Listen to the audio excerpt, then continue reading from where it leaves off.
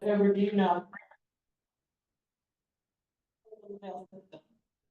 For the library system.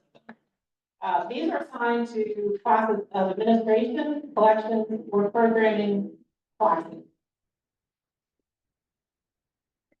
The profit and loss detail report, I have a copy of that here, if anyone would like to take a look at it today. And again, all of the highlights that I've provided are derived directly from this report. Any questions from the board about the financial report? Okay, thank you. Thank you, Lisa.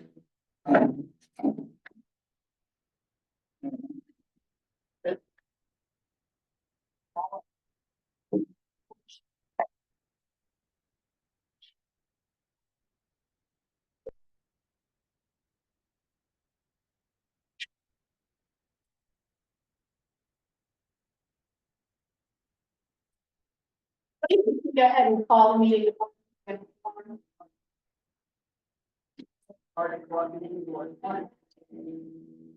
we have an approval for the minutes of the January meeting? Any corrections? Second. Approval of the statistical report from tonight. Second. And financial. Okay. All right, new business, library leadership team recommendations on the 26th library advisory committee recommendation.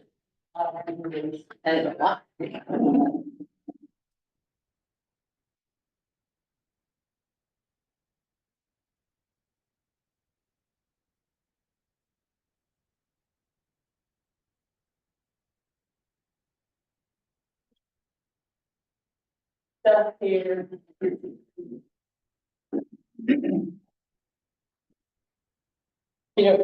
So at the January meeting, Renee Keisley has chaired the library advisory committee, presented the committee's recommendations, January meeting in Lavelle. As we said in the budget drafting timeline for this year, we will request the necessary funding to maintain all 6 library branches to the county commissioners, which is typically due at the end of February. We're making that request at the end of the month. Also, the next step is we're also drafting the backup. An alternate budget, the county is unable to meet our funding requests. So the next step for the library advisory committee's recommendation is for the library board of trustees to select from the recommendations which ones they would like to be included in the backup budget.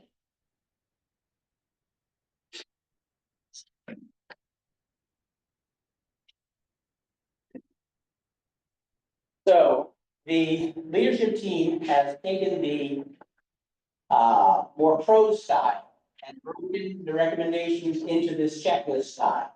And we made about 50 or 70 copies. Thank you, Mayor and town for hosting us this afternoon. They made additional copies for it. So basically what we have here is the checklist broken down line by line of the recommendations made by the advisory committee. I emailed this document to the library board of trustees earlier last week so that they could see it and make sure that it compared properly with the actual recommendations made by the advisory committee. So, my consensus, does the board agree that this document captures everything that was in the recommendation? Did we miss anything?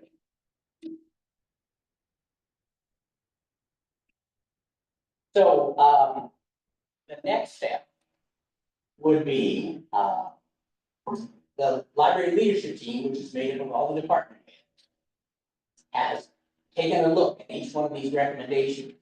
And we wanted to provide additional context because the library advisory committee met without the library leadership team there. So what we wanted to do was present our opinions or our comments on each of the recommendations so the board could consider those as well as they deliberate on which recommendations they prefer. So with that, I will begin. So the first recommendation was to budget an additional $100,000 to address livable wage concerns. That was broken down in the recommendation document to the first 64,000 to bring 12 full-time staff members up to an annual wage of $36,881 per year. The remaining 36,000 of that 100,000 could be used to adjust the resulting imbalance in the compression of the wage chart. That's the recommendation. The leadership team comment is that the majority of the leadership team believe that providing a 27% raise to 12 staff members and 0% to the other 20 is not recommended. This recommendation would initially require an additional 64,000 for the 12 employees. In addition to bruised workplace relationships, the disruption to the wage scale would require significant adjustments to all grades without a guarantee of the necessary funding to fix the wage scale in the upcoming years. We may need as much as $170,000 more annually to balance the wage scale. Addressing the livable wage problem in this manner also most likely to increase the number of positions that need to be eliminated in fiscal 26 and beyond. The majority of the leadership team recommends that we seek funding for a 3% wage increase, cost of living increase.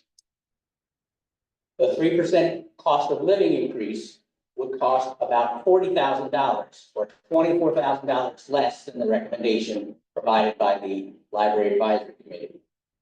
Furthermore, if there are any funds remaining at the end of the budgeting process, we would want to see if we could provide a higher percent increase to those 12 staff below the livable wage.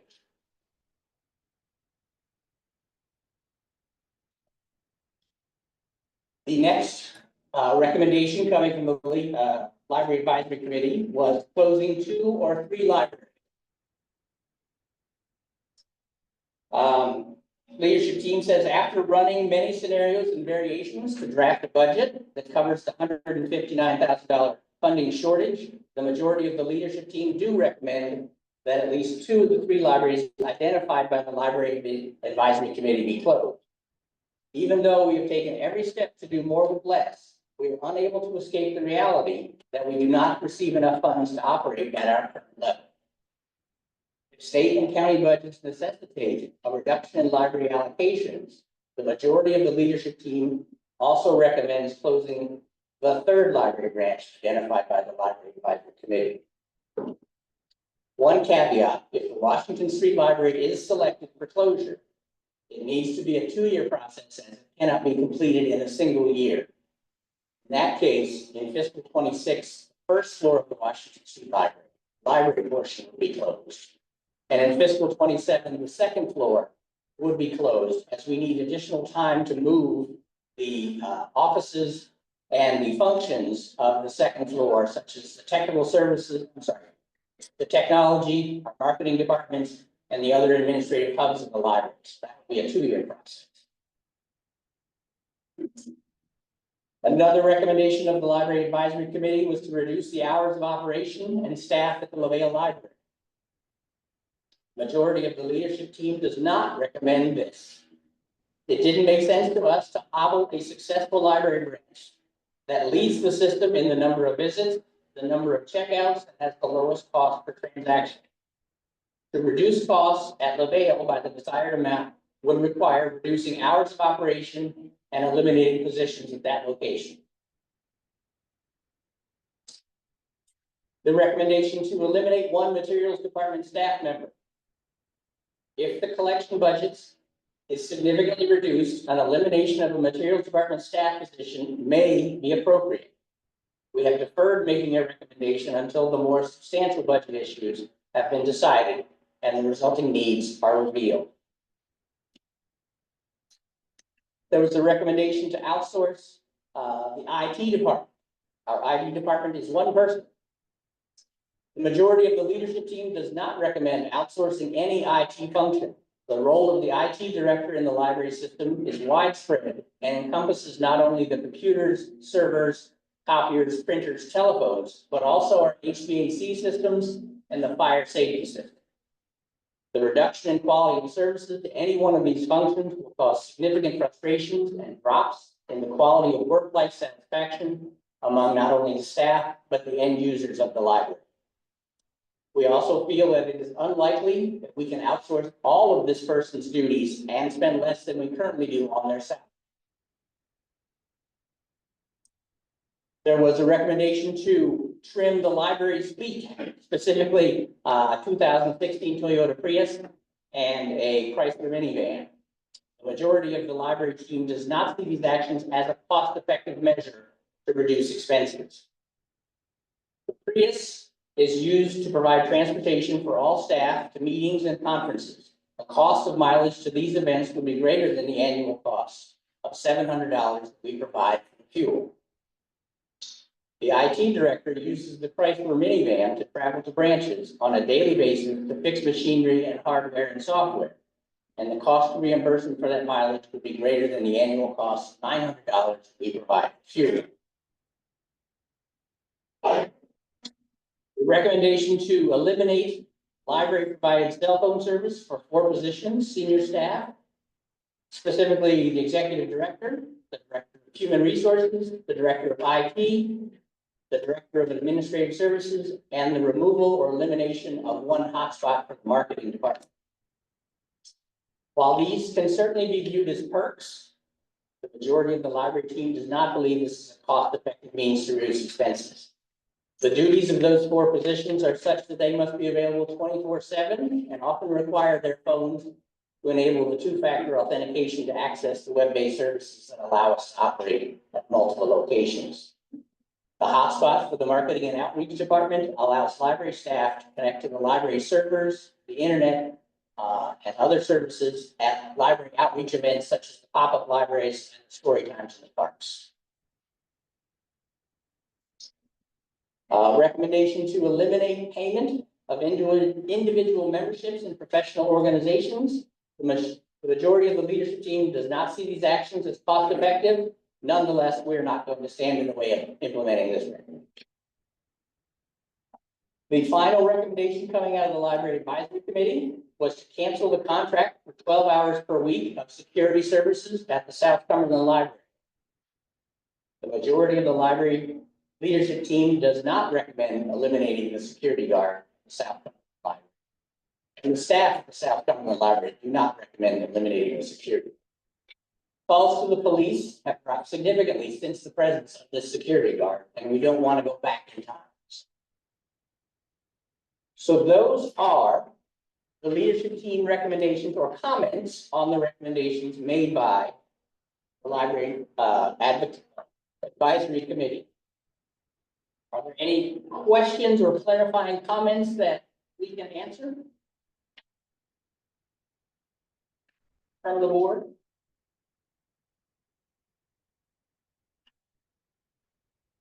Very good.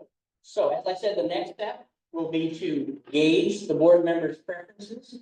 So each of them has a copy of the recommendations. I will be asking them to circle their preference, yes or no. At the March meeting, I will bring those, I will have compiled that data and bring it back as we begin drafting our backup budget. So at this point, we're just gathering information so that we can go to the next step. So at the March 11th meeting, all of their preferences will be noted and shared with everyone, and the discussion will really begin at that point.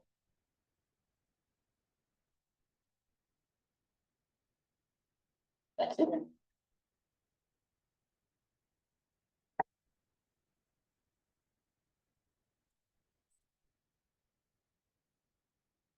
The presentation of the annual financial audit is going to be postponed until the next meeting because obviously audio could be better at Prospect in March.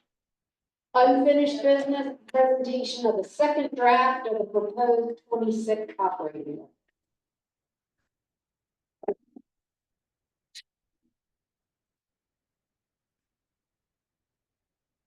Thank you again today. Okey doke. The fiscal 26 operating budget, the second draft, was also put on everyone's chair so that we could see that we are in fact requesting sufficient funds to keep all 6 of our libraries open and retain all of our staff. In that budget, we were, as I said, retain hours and all staff.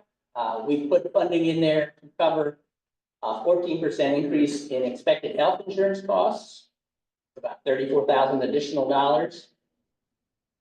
The cost of living increases in there. We feel that we need to continue to pay our staff as best as we can, because if we lose them, we lose all kinds of knowledge and we lose all that great service everybody doesn't want to lose. Due to law passed in the state of Maryland, we will be losing a significant amount of fine and fee income because all material destined or intended for children is now fine-free. So we will no longer be collecting overdue fines on any material intended for children.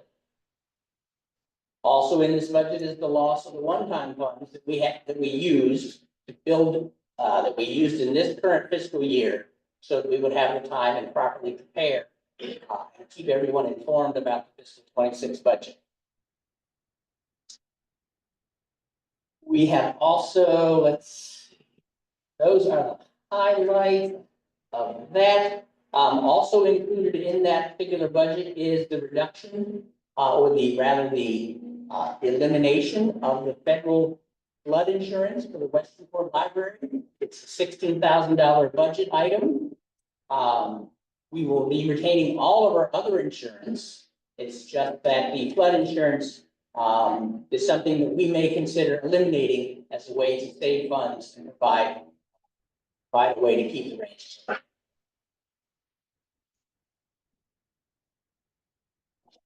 Questions on the second draft?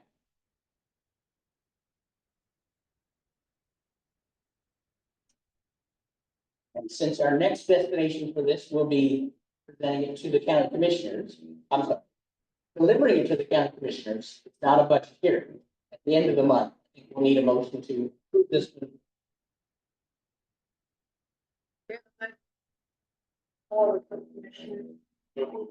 Second. All in favor? Great, thank you.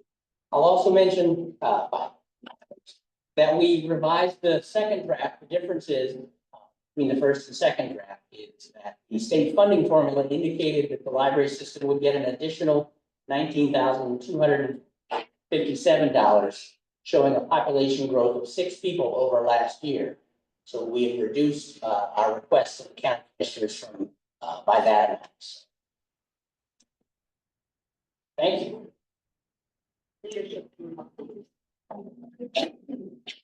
Are there any questions from the board to the leadership team?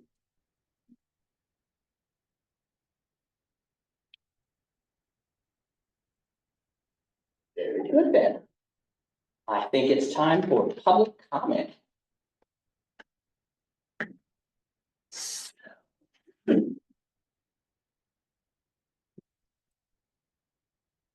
We will take people in the order that they signed up. We ask that everyone be as brief as they can, so everyone has a chance to speak. First up, and we also ask that you use the microphone. We will be taking notes as a board and as members of the leadership team. So as we're scribbling, it's not like we're not listening to you. We just wanted to make you aware of that. So first is Craig Alexander.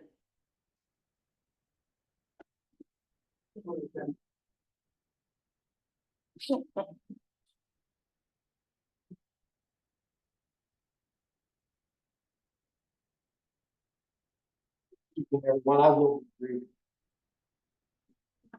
I believe if we frame our case as the Londonians were losing their libraries, we actually weaken our argument on the impact of these closures. 5 of the 7 incorporated municipalities in Allegheny County are in the service area of these 2 libraries: Midland, London, Barton, Westernport, and Luke. Also, a very large chunk of Allegheny County is in the service area of these 2 libraries.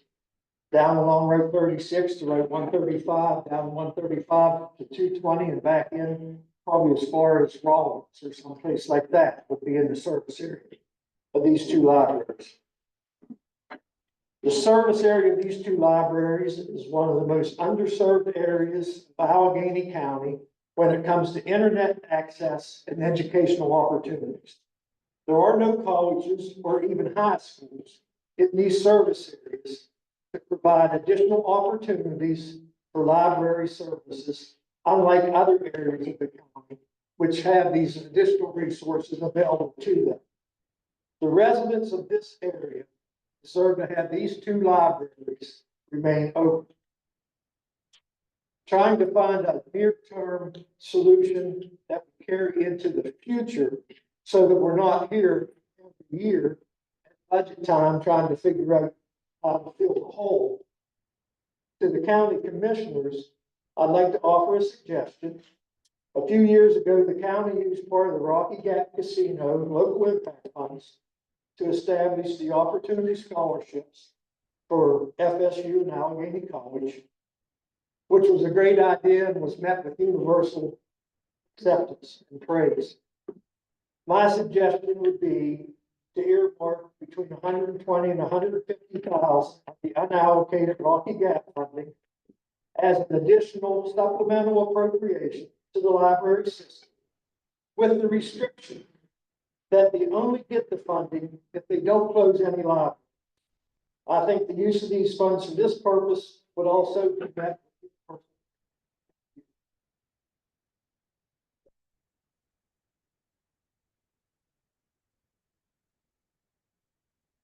Lynn White,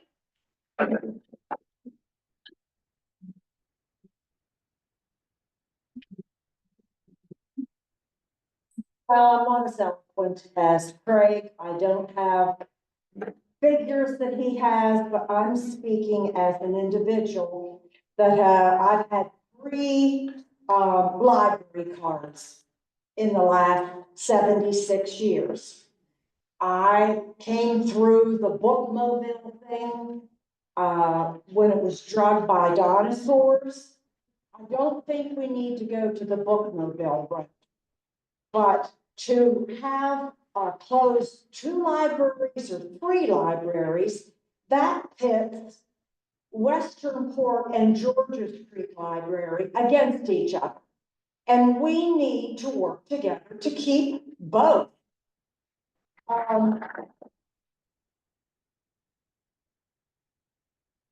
I just today signed out 3 more books. I read approximately 20 books every 3 weeks. That's my reward. I'm retired now. Only since 2015, when I had to get my last card, I had saved $33,035.17 by using the library. I'm feeling that the decision has been made and the buck is going to be passed someplace else.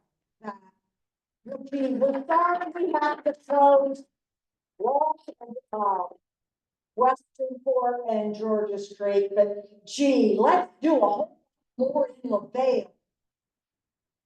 Thank you.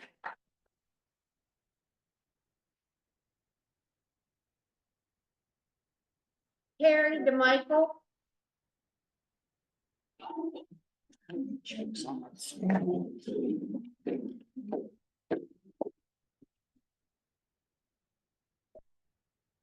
Pardon my reading, but I'll forget everything if I don't. Good afternoon. I'd like to start by thanking the county commissioners, library advisory board, and all of the Friends of Libraries for attending this very important meeting. I initially considered quoting a famous line about libraries, but after a quick search, I realized that a single quote would be insufficient. Libraries are a gateway to knowledge, a place of exploration, inspiration, safety, and community. The real significance, however, lies in their role in community space, offering equal access to everyone. Libraries are more than just buildings. They are vital gathering spaces where we can connect, share ideas, and engage in meaningful conversations.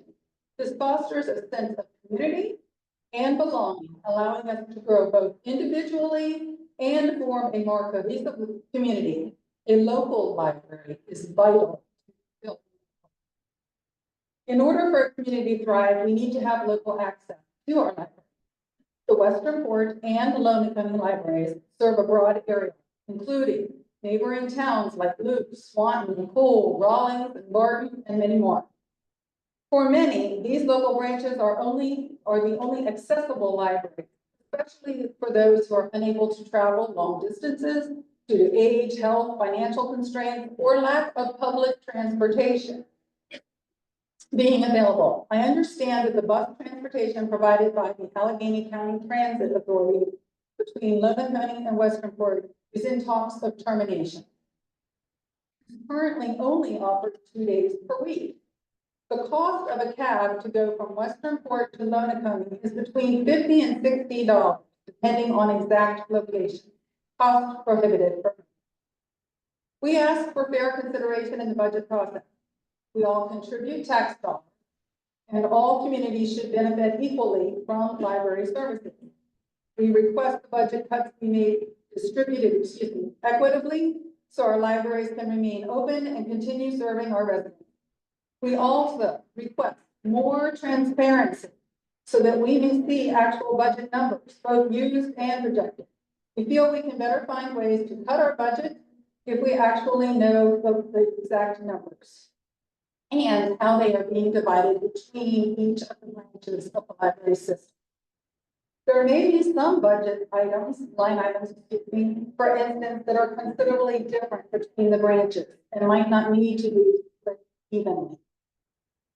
We live our lives the same as everybody else in the county. We go to work, we are active parts of the community, and we pay our taxes. We deserve to benefit from the taxes that we pay. The geographic locations of the Western Port and Lonoke County branches do not diminish significance. In fact, our positions in the county highlight the importance of ensuring all residents have the same opportunity to benefit from our library services. Local libraries are the key issue at hand. We're spread apart, but we are all part of the same county. All residents need to benefit from our tax dollars being provided to Allegheny County and perhaps even some state funding as well. Please consider all of your constituents. Many members of our community are older or even younger and cannot access a library further than our town limits. Schedules of families and work schedules will prevent usage as it takes time and money to travel to other towns to access the library. Our Western Port Elementary School children benefit greatly due to the close proximity of our library. I understand that everything in today's economy comes down to budget. But please spread the budget money equally so that all communities may continue to benefit. Make budget cuts equitable across the county. Do not ask this end of the county to be the only towns to make such sacrifices. Already have fewer hours of library availability. Furthermore, we are willing to collaborate, volunteering, fundraising, and working with the Library Advisory Board and commissioners to resolve this issue. However, we need clarity on the exact financial commitment required and how it compares to other branches. We cannot raise all the necessary funds from our own town, nor should we be expected to. In closing, I respectfully ask that we get clarification as to the exact financial commitment being asked of us and how much is being asked of the other library. Let us work together to bring about an equitable solution to all of us. Thank you for your thoughtful consideration.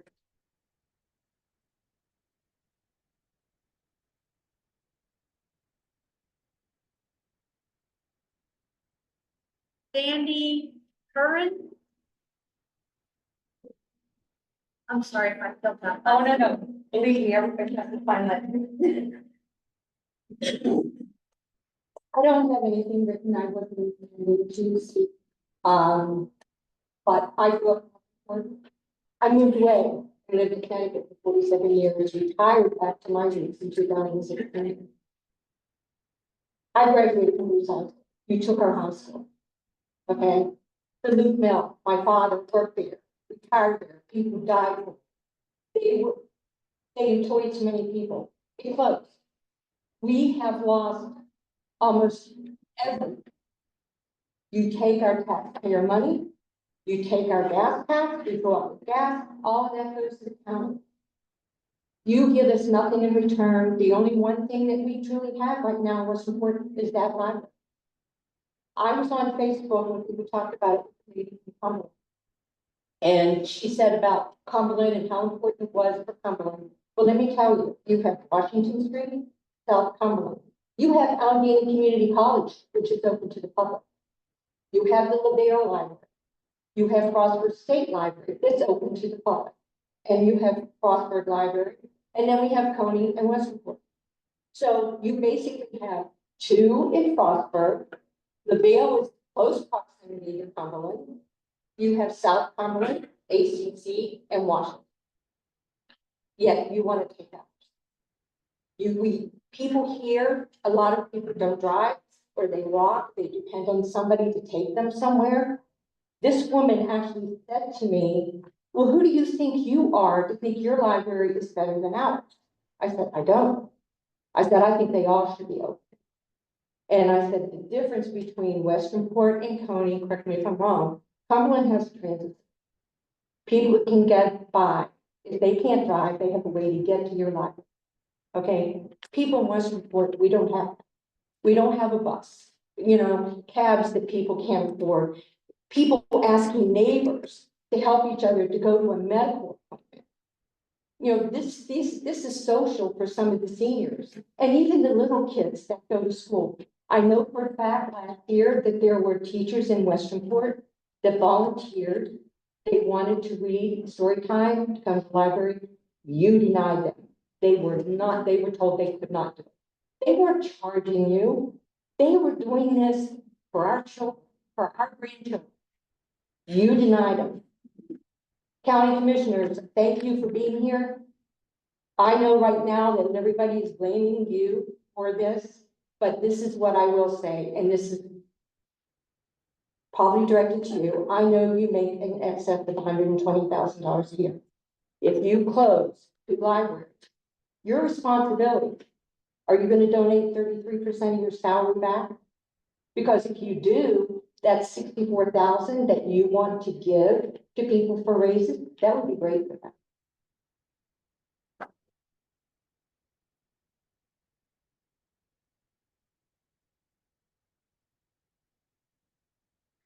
Jennifer Devlin.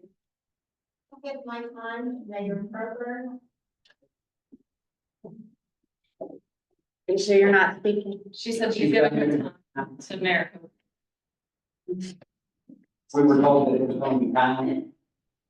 Yeah, I'm supposed to get 3 minutes, that's a very limited amount of time to get the point across.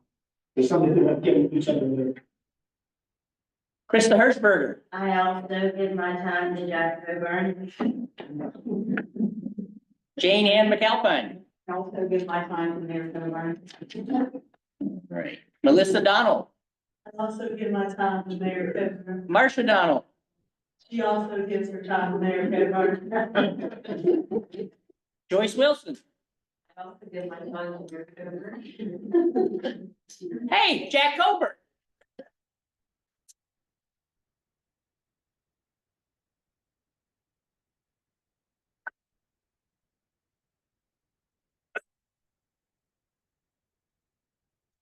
Good evening, and thank you for the time. I guess the very first question I have is to the board, most of my questions. John, when I talked to you the other day, I asked you, if you guys would allow us to move the meeting to the group sections to make it more comfortable. We were told no. Any reason the board would say no to that? It's a question, not a statement. Is there any reason why? We're here to listen to your questions and respond as best we can. So answer your question, sir, correct? That was my question. Did you check with the board and they said no? Yes. The board all said no. Oh, Okay, we'll go for next.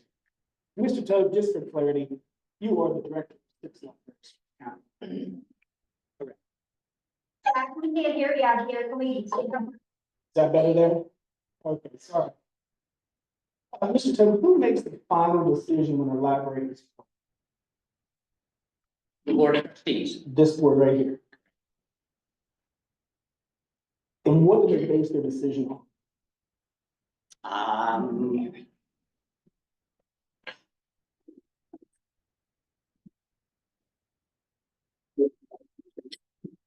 It's the Maryland statute, education section 23405. Says each board of trustees, board of library trustees may establish and operate libraries at any location in the county. So therefore, it's their responsibility and their power to decide whether to open or close libraries. Absolutely, I understand. So would I be correct in saying that they retrieve the information from who? Who gives them the information to make these decisions? They receive recommendations from the library leadership team headed by me. Everybody else. So that's on the advisory council or this team that we're talking about, that's These are all library staff. the library staff. They're being paid for their information. Yes, for their experience and their recommendation. In the last 6 months, trustees, how many times have you visited the Georgia Street Library? Show your hand. I knew you did already, I checked. So really only 2 individuals visited the site that you want to close. Correct? Anybody? You've been there the last 6 months? How many advisory council members are here this evening? 2. How many is on that advisory council board? I believe there were 30. 30. So out of 30 individuals who you guys are taking information from, correct? Didn't have enough initiative to come here and defend their decision? Their job was done by delivering the recommendation. Well, I understand that, but even if I do a job, I'd like to be able to stand up to my decision afterwards. So 2 out of 30. I was gonna ask the advisory council how many visited the Georgia State Library, but they're not here to answer that question. To the trustees, how many of you live in Western Ward, Barton, Loving County, and Lake? Could you show me your hand? Nobody? My whole life, Northeast, West, elementary, so I feel very connected to the town that I live with. Thank you, Phil. How many of you live in Cumberland and Frostburg? Everybody? The 100% that's here this evening live on the other end of the county. Have all.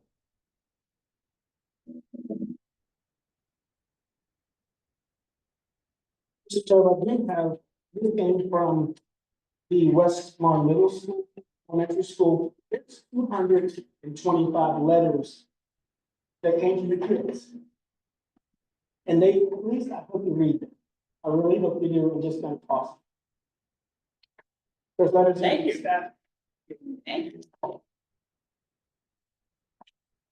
Board members, how many of you have vehicles? Vehicles, cars? What about the people that don't? Or disabled? And can't get to the library?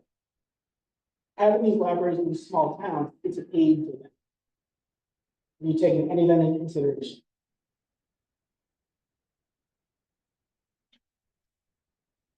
Mr. Toad, last week we talked many times in the meeting.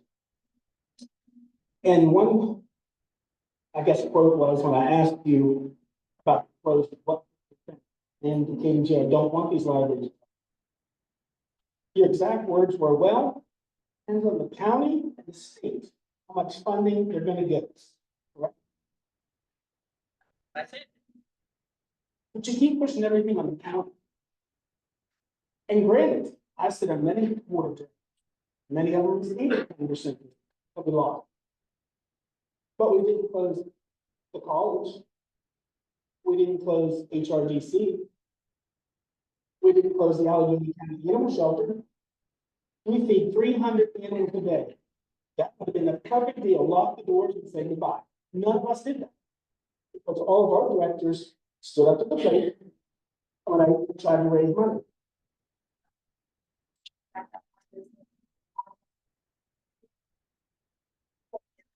Thank you, is that better? There you go. Thank you. But we didn't close our doors. So why do you all feel that's the easy way out? Because that's what you're taking, the easy way out. We are considering the recommendations of the library advisory committee. We The same wanted to committee bring, that's not even here to. wanted to bring in as many perspectives as possible. That's why we took the year for them to meet, and that's why we're talking now. We haven't made any decisions. We're basically listening and trying to figure out how do we play this part that we've been dealt. Well, out of this committee, you're referencing 30, only 2 of them live in Westernport and none of them live in London. Do you call that discrimination? Or how is that? How is that? Ms. Spiker?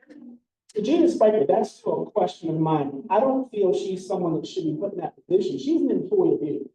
And if She's she, working right now. absolutely, and she can't be here this evening, but I don't think they should be put in the line, because if they don't do as needed, they might not be there tomorrow. Perhaps that's the way you run your. Perhaps that's not the way you run yours. Mr. Turner, the last 2 years, what due diligence have you done for raising money? You ever have a fundraiser? You do. I'd like to know what they were. All the other directors of probably the agency had.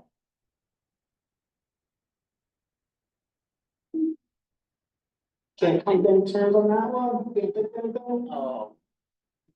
No, we've had many fundraisers for individual branches. We haven't had any, the trust. So very few. We're comfortable with that, very few? No, but that's what you wish to have. No, I'm only using what you're telling me.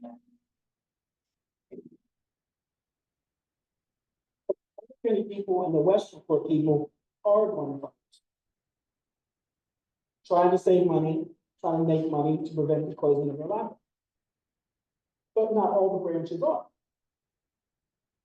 Do you all feel comfortable with that? Are you comfortable with that board that other branches have to raise money and these ones don't? Cumberland, Frostburg? Nothing? Mr. Tobin, you and I spoke on November the 6th at the Georgia Street Library. I asked you how many times you made an attempt to reach out to her. Recall that conversation?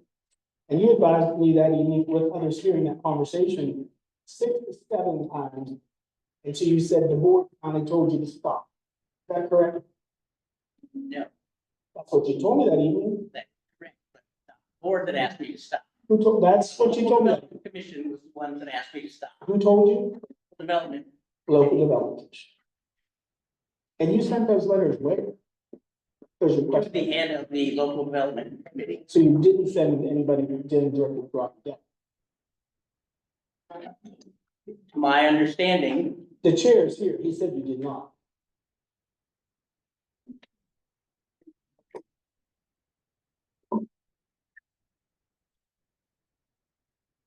To the board question, how many times does the board really look at these seats that match the line entries on the general? The board, do you understand the question? The receipts that match. I'm asking, We're not children. I find this incredibly rude. ma'am, I'm only asking you a And question. she reviews the receipts every time she signs a check. She reviews every check that goes out of the library. It's That's not a matter not, of not understanding. that's not the point. The point I'm trying to say is, all the receipts match the properties where they're written. They match, okay. Absolutely, your audit was turned in, I found out it from the county, you're 100% correct. What I'm asking is, when I spoke to Mr. Toad last week in reference to one of our line items, and I asked him in general about how they arrived at this total amount of money. It seemed awful high for George's Creek. And he said, well, that's not the way I do that one. That's done by divided by 6. And I said, when you divide it by 6, what does that include? And you said broken chairs, light bulb, that's what they do, correct? The maintenance part of it is in fact, Don't you think that that's comparing Western Port, Leonard County compared to LaVale? The maintenance would be much greater in West LaVale than it would be here. it is probably higher. So it's really not giving us a big number. Excuse me, ma'am, you seem very argumentative. I'm only asking questions because I don't understand. Possibly in an older building. It may be, but our building isn't that old.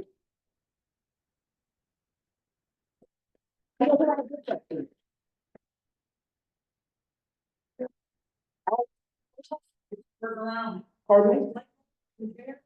That came from your director. That's not my words, that's his.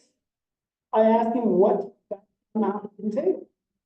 And I'm thinking that's a lot of chairs. When I checked the London County Library, they didn't have a broken chair in 4 years. So back to the question, so you divide that by 6.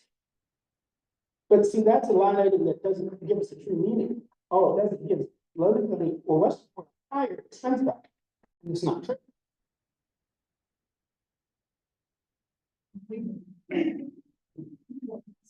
If you divide by 6, yes, the smaller branches would probably less damage. Absolutely, we have less damage. We're only 28 hours a week. Some of the libraries are 40 some hours. So you do not think they're gonna have more damage than we will? We were unable to calculate to the degree of specificity that you're desiring. Apologize for that. We I'm had not to going to, use an estimate as best we could, and that's what we used. and I understand, Mr. Tate, but my problem is you're doing that, but you're utilizing those numbers to help come to the determination which library need for. We provided as accurate an estimate of the costs as we can provide for the Library Advisory Committee. Thank you. So Leonard County has 2 full-time and 1 part-time employee. Correct? When we asked our full-time, why we couldn't ask the board if we could be open on Friday and Saturday, the more predominant days of your week, we come to find that our librarian says, can't do that. I work somewhere else. So I'm under the assumption she's gotten a job somewhere, but she hasn't. She is working in the library system at Woodvale and then Frost. So when I talked to you on that day, the question you said to me, I said, how does she get a full-time benefit when she's only working 28 hours a week? Correct? That's your question, yes. And I said to you, so how do you pay? You said, I'm the general payroll. We pay her as a full-time employee. She works at a library for that full-time period. I understand that totally, Mr. Tucker. What I'm questioning is, why are we being charged on the bottom line for a full-time librarian? So theoretically, we're getting increased charge for us. The Vale and Foster is getting a lower increase, and they have our library. Correct? And when George's Creek staff, or Western Port staff, or Frostburg staff take vacation, staff from other branches cover them as well. I understand that, but on a regular basis, that's not true. On a regular basis, she's being used for profit sector, which you guys have a lot of. She's working somewhere. And yes, As far as the Leonard County Library, there's no occupant other branch. My employees through the town cut all the grass, weed, mulch. We buy all the town plants for the town put out. We shut the wall, Installed the wall, plow the driveway, installed the wall. We bought them all new Christmas decorations this past year. Other than the town workers going and staying in the library book, what? We've never had to pay a water bill in the town of London, we've given you water to pay it. But on your list, you have a water. I assume that's a water bill. Because it's not the water bill. It's on there. It's on the line item number 64,000. Mr. Taylor, in the last years, have you hired 2 to 3 positions in administration?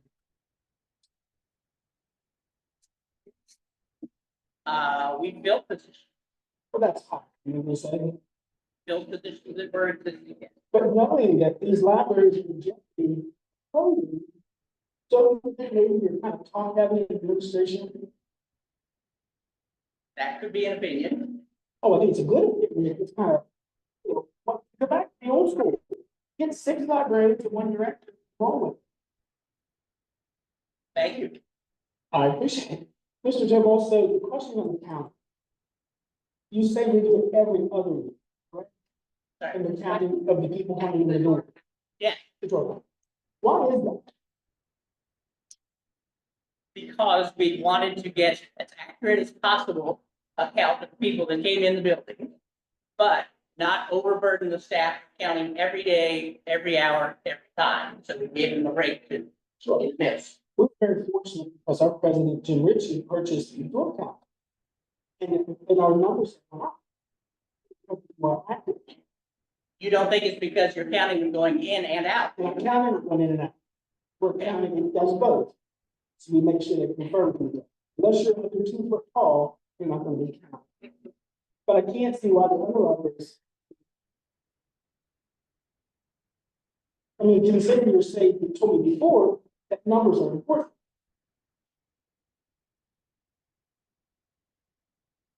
Someone did speak on this already, it was on my list.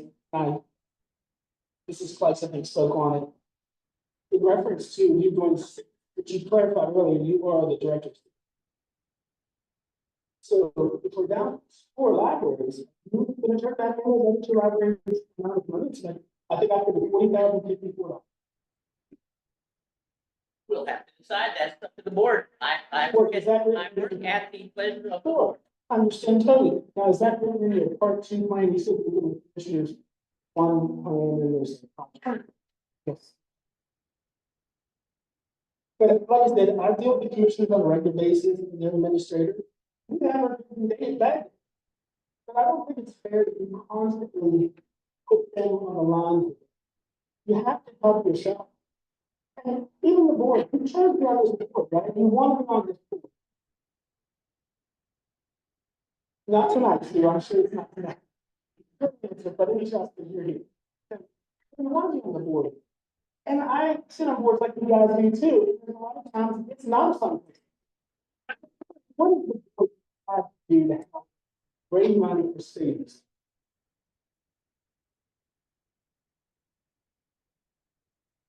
Can you think of anything? Can you think of anything that you would do to help us stay these libraries making money or whatever it takes? What has the board done to help the process?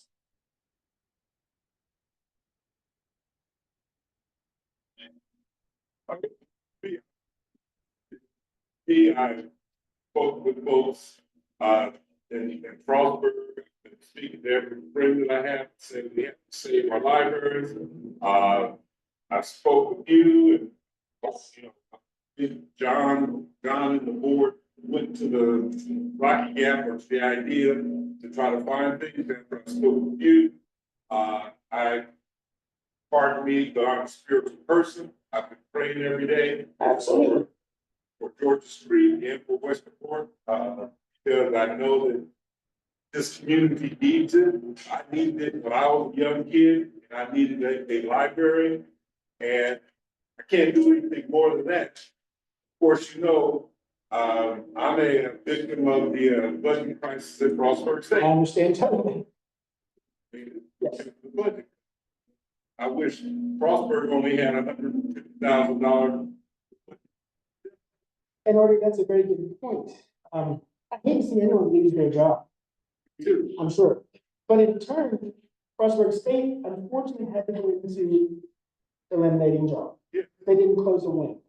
They didn't close the college, did they? No, but they closed the best looking guy in here. Well, they.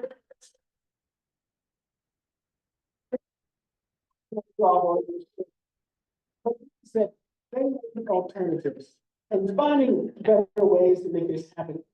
Not the answer to this. It doesn't matter how bad you sit there and Sue said you don't want to be here tonight, but it's gonna be tomorrow and the day after. It's not gonna go away. We just don't want to see any quote. But Mr. Toad, this is. We are not either, I know, just to be clear. I have a question for Mr. Toad, but you're gonna have to be able to give me a good number. I have a donor who's willing to come up with some money, but they made it very clear. It would be for County and Western. I spoke with the donor today. They want to remain anonymous, but you have to come up with a good, solid, concrete number and clarity that would be written. So how and when can you do that? But it has to be a number that's directed in the best interest. You just can't call out a number out of the sky. And you're gonna use that number, I will give you as accurate a number as I possibly can. okay? That's in addition to what the library already did, above it. It's not to completely. No, not completely, just to prevent them from closing those doors on two levels. We're taking all our money out. Right. They called me this afternoon before I left, I'm here, and they do want to remain anonymous. And I told them we'd have some sort of a number tomorrow. How about tomorrow? You can say to them, I will be glad to give you the number tomorrow. Sure, let's do noon tomorrow. Is that a good number? There would have to be some stipulations that it's not just to get the money and run. We want the library to remain open. Western Port and Learning Community. When we first started this challenge, I met with Vicki and with Trish. This isn't just a Learning Community or Western Port. We became one unity. This is the last thing we're gonna be separate.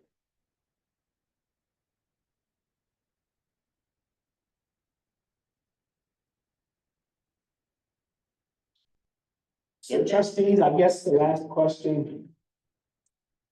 What do you feel you can do as trustees, because you want to be on this board, to prevent this closing? But please don't use the county and the state.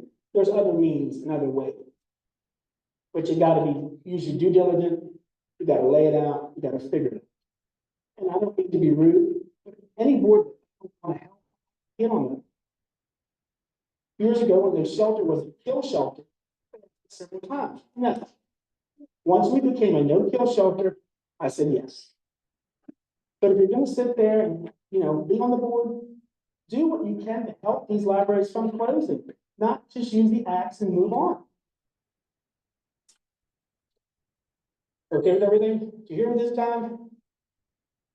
That's not my opinion. That's why I wanted to move to Bruce Outreach. You didn't want to do that. That's why. I know we had a dinner here a couple weeks ago. It's hard to hear. I don't disagree with things that you said. I appreciate that. I have personally worked in nonprofit my entire. And I have gone many, many times without pay increases. I have never had health insurance. My husband's in law enforcement. We don't have dental insurance. Right. We have sacrificed. I worked for the state of Maryland for 6 years. But also as representative of this board, I am not in support of pay increases for that.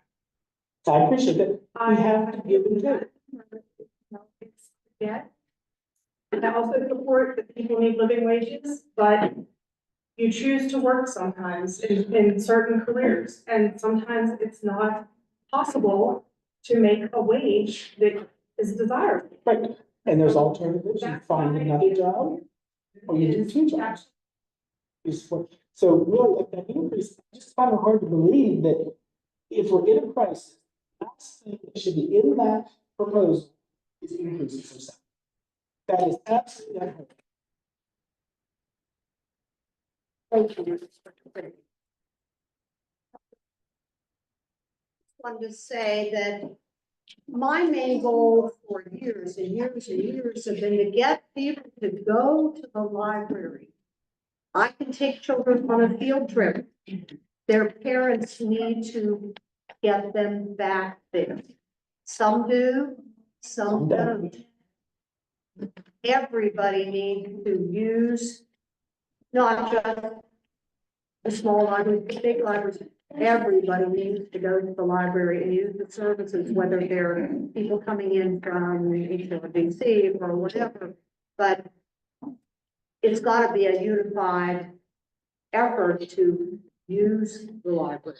And that has been my personal goal. We are volunteers on this board. I We understand. do our best. We do our And like I said, I have two businesses, and I do know this, through COVID, we didn't close our doors.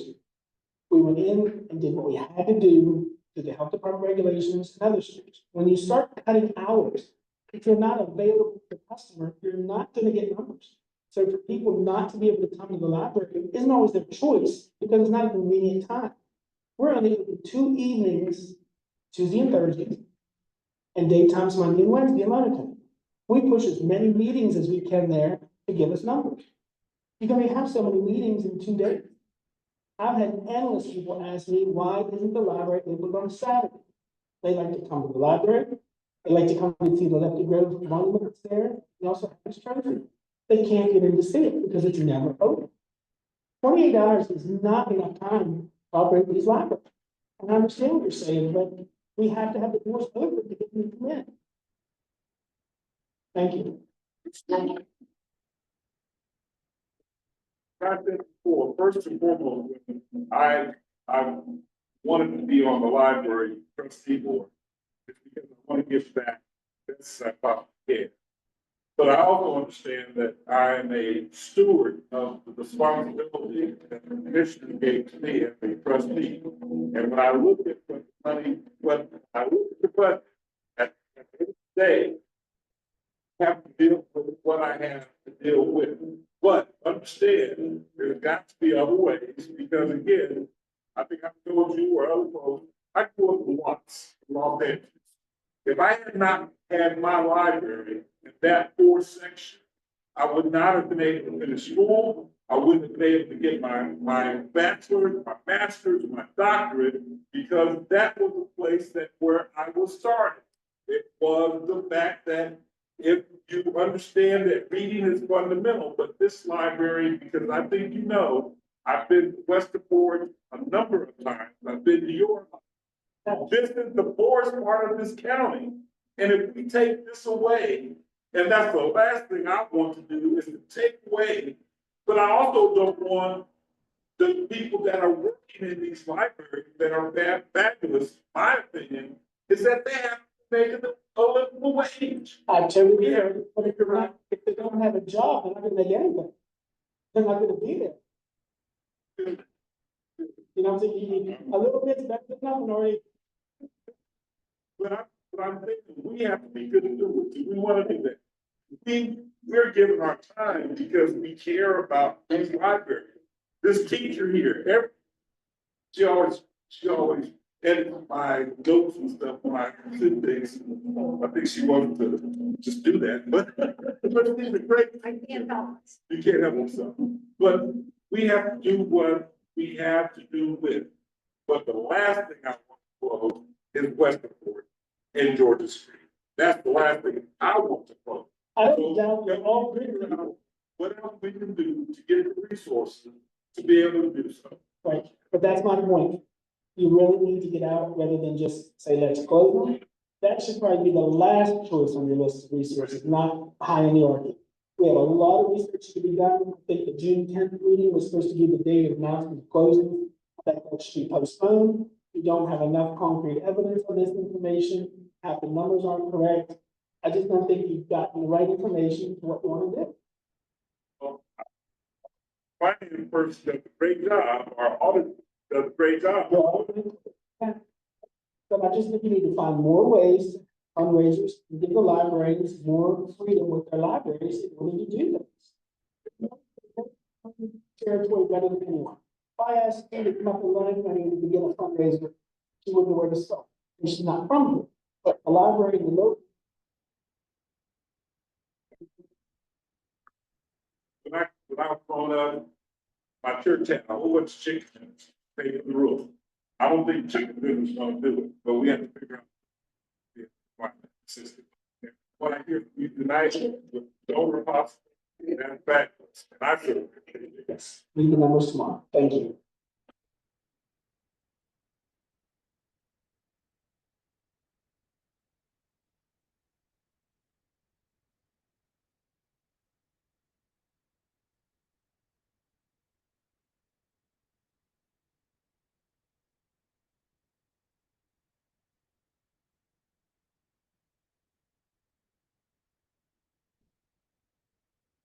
Hi, all doing. My name is David Hirschberg, I'm from Lona County, also on the town council.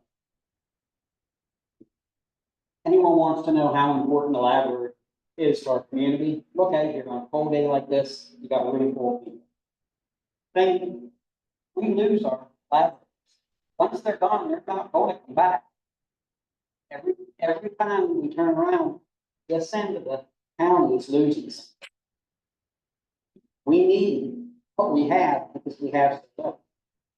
If we cut out the library, I mean, you're taking numbers and you're saying that other libraries have higher numbers. But if you're only counting 2 days a week, every other week, I don't see how you're getting a fair and accurate count. I don't think we're being given a fair chance. You have to cut. I heard that you guys have cell phones. I don't understand, I know it's only a couple of dollars. I serve on council, we don't have cell phones. I probably make 20, 30 calls a day for stuff. You do what you have to do. But taking our libraries is not the way. I mean, we will work with you as a community to try to help fund, not completely fund it, but try to help do it. But please don't take our libraries. We have so little with us, communities, and we need them. Thank you all.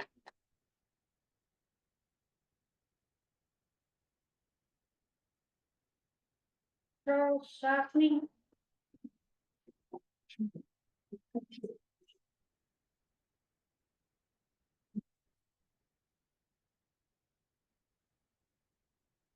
Good evening. I'm Charles Shockney, I'm a resident here in Westernport, transplant from Baltimore, but I'm in my 42nd year in public education. I did not go into public education to make money. And I know the library staff did not do that. There's some realities we have to look at. First, just a point, John said that the advisory committee was 30 members. Half of them were employees.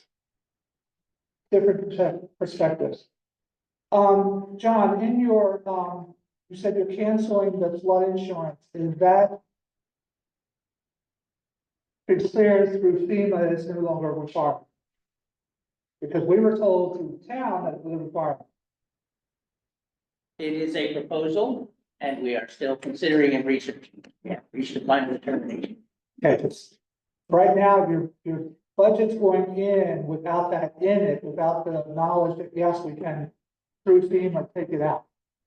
So it's skewing the information given for Westernport. Oh, then we gotta come up with another 17,000 or 16,000. That number keeps changing too. As an administrator in schools, if you came in to volunteer, I took you. I was appalled to find out since our meetings that there have been at least 2 volunteer activities proposed for the Westernport Library that have been denied.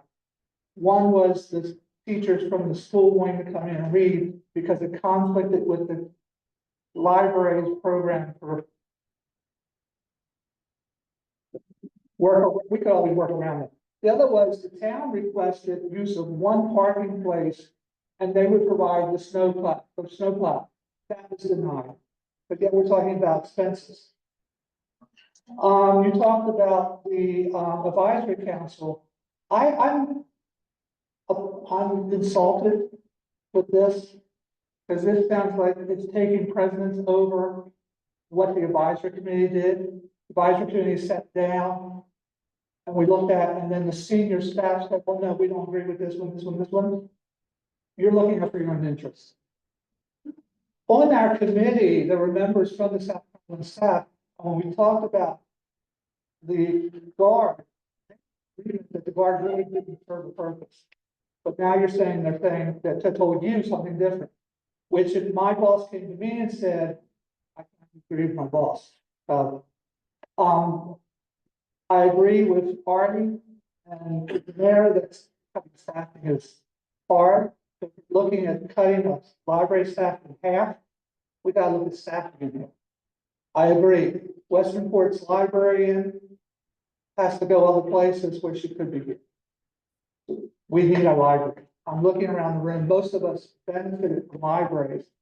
We need to speak up for those that aren't here, who can't speak for themselves. There's one sitting on the floor there. That's what we need to fight. Not, I mean, I'll survive the library close a couple of cents. That's what we need to speak for. Thank you.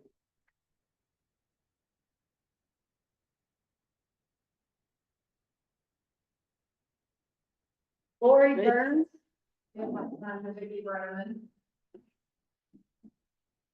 Carolyn Broadwater, I did not call her Vicky Brown. Vicky Brennan.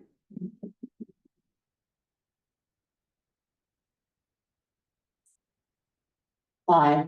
First of all, thank every one of you for being here to show your support. We appreciate it more than you will know. And if you don't mind, if you can hold up your poster, please, I want a picture.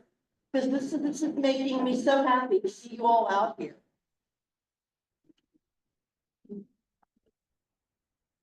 Just hold them up high. This is amazing. It's going to take me several pictures to get all of you. Thank you. Thank you. You look great. My question, first and foremost, what is the cost of a child? What is the cost of a child's education? I've been hearing from people around the country, literally around the world, who grew up here. They credit the Western Port Library for their success. We are not a bunch of degenerates. I have fielded that question on Facebook. I have literally argued people on Facebook who are the people who live on the who are we, that's us. That's us. We are not degenerate. We are not illiterate. We are not uneducated. We credit our library with our success. We need our libraries so that our children can experience success. These posters, ain't no mountain high enough. Trish picked this as our motto. Ain't no mountain high enough. You drove here. You looked around. We have Western Port Hill. We have Horse Rock Hill. Here we are in the middle. Literally, we walked uphill both ways to school. We are not afraid to climb mountains. We will climb mountains. We will fight for our library. We were given a challenge to raise $122,000. I have the advisory minutes from December 5th. These were the minutes of the meeting they had. I also watched the live feed.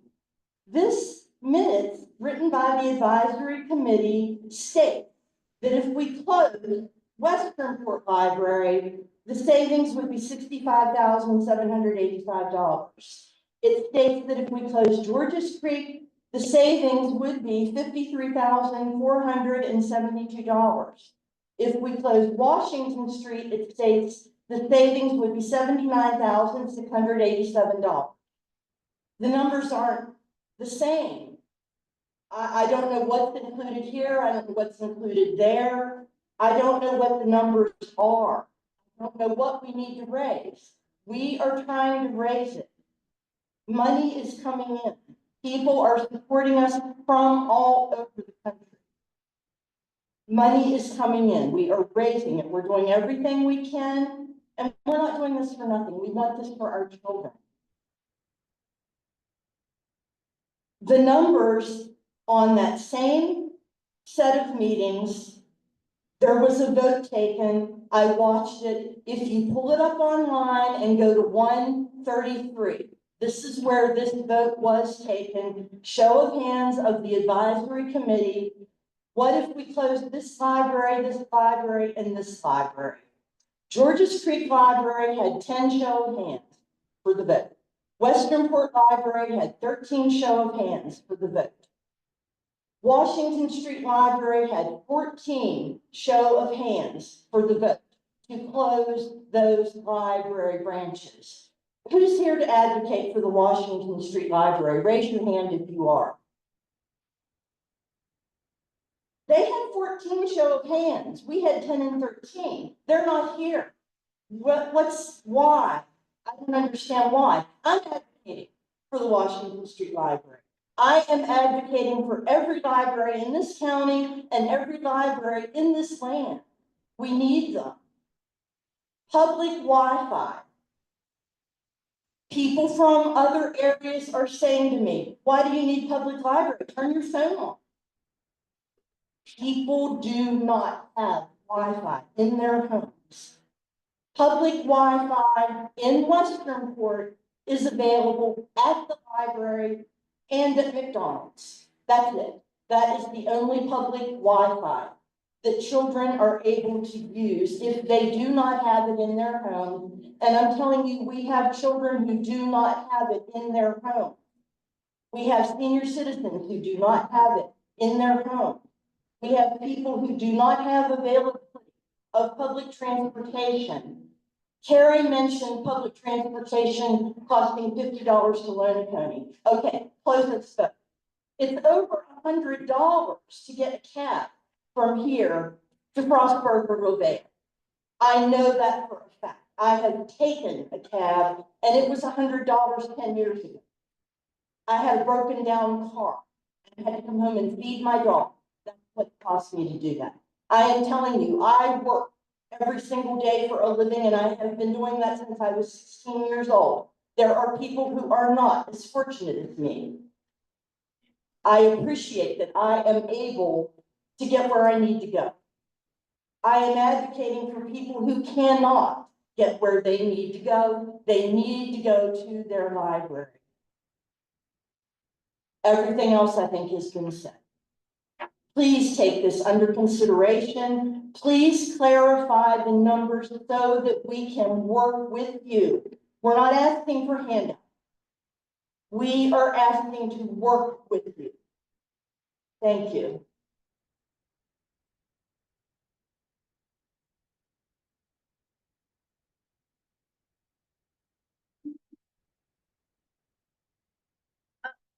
John would like.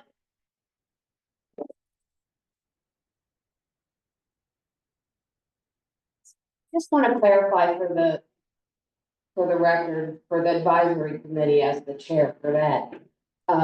We were given numbers. The numbers I think that you quoted for each library was minus staffing. I think that's the difference. We were given numbers in the beginning. Well, in the meeting, in the live feed, it was mentioned that it was not voted on, but it was mentioned that staffing was not going to be recommended to be cut, so that number wasn't going to change overall. Right. That's what the advisory committee, they didn't want people to lose jobs. Absolutely, I don't even. So I just wanted to clarify that. Thank you. You're welcome. Okay. Jim Rich. Jim Rich.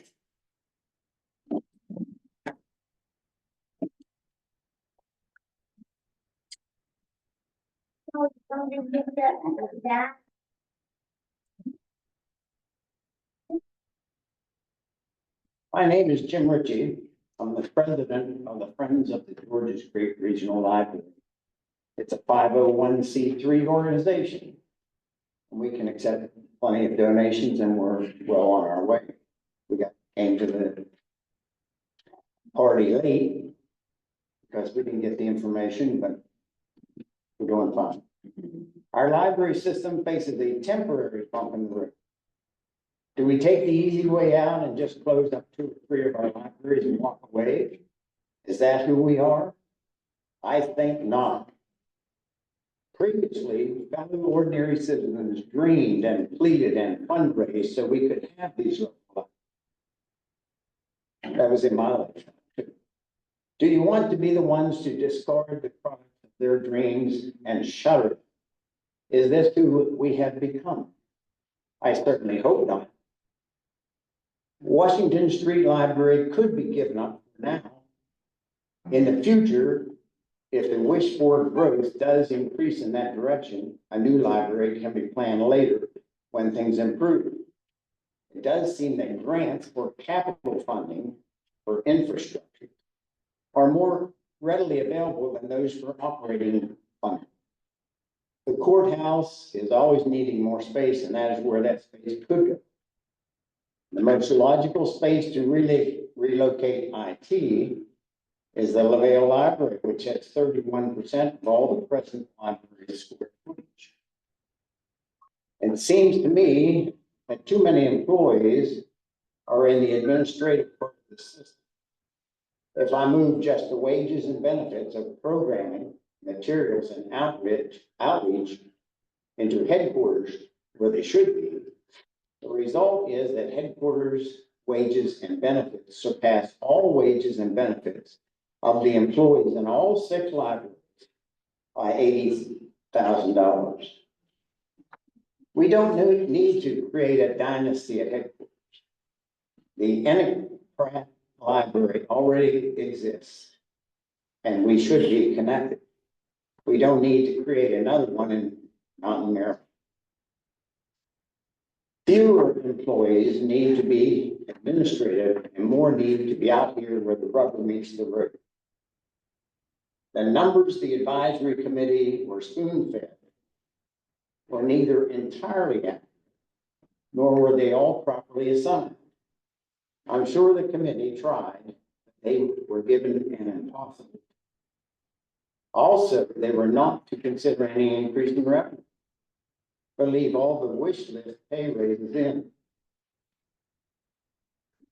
Those wish lists of pay raises in the disastrous times that we're in should not happen. During tough times, businesses and governments freeze pay raises and do other help. Before we close these libraries entirely, I think we could do a further limiting of hours temporarily. Do not shutter the libraries on the creek. Cut the hours if necessary, but also cut the hours at all other. I believe most folks at the Georges Creek would accept a loss of Wednesdays for a Saturday of 4 or 5 hours. Give us a chance to show you what that day of the week means to our library and its town.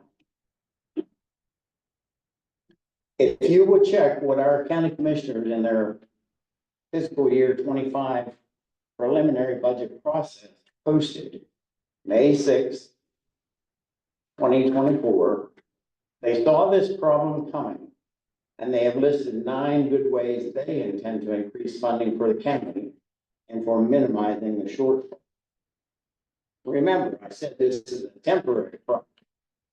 As new inflated numbers meet the pen of the property tax assessor, property taxes to the town, county, and state will run. This may take a year or 2 to take full effect. The bad news is that our personal property tax bills will run. The good news is the government's will have more money. The county commissioner's jobs are to make sure they use that money wisely so they can make it better to handle shortfall years. To simply close these rural libraries takes away our on-ramp to the intellectual superhighway for some of the most disadvantaged children in our county. The library is a meeting place for these little folks and their moms. More than book learning is happening here.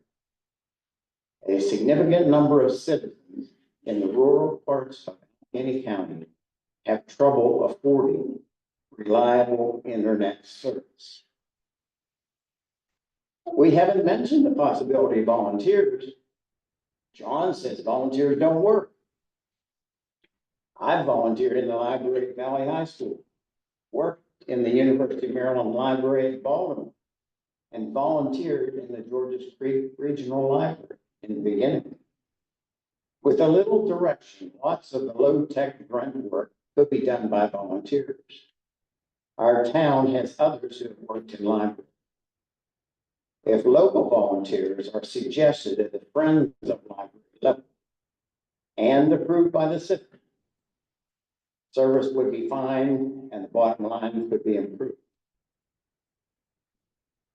Any business desiring to improve its operations, was in business for quite a while, should compare itself to a similar business or group of businesses. That's what businesses do. If I were running this library system, I would spend some time with the Garrett County Libraries to see what ideas and secrets they are using to run their system economically. They have 5 libraries for the 5 centers. It appears to me they're doing an exemplary job serving their entire rural county. The friends groups associated with the library should all start fundraising to help out with operating expenses. Not normally done, but temporarily we can do it. It should not be just the friends groups associated with the libraries being threatened with closure. All should chip in now for operating expenses. Let's give it a shot. Similar to the folks who previously raised the cash for the Georges Creek Regional Library, we also have a dream. That dream is for every child in the Georges Creek Valley to be afforded the same opportunity that any child in Allegheny County may have. Thank you.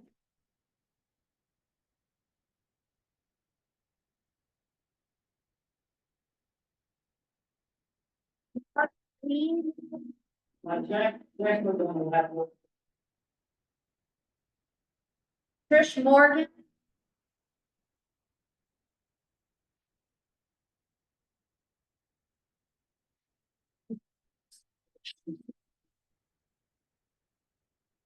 Well, first of all, I'm Trish Morgan. I'm a lifelong resident of Allegheny County and here in Western Port.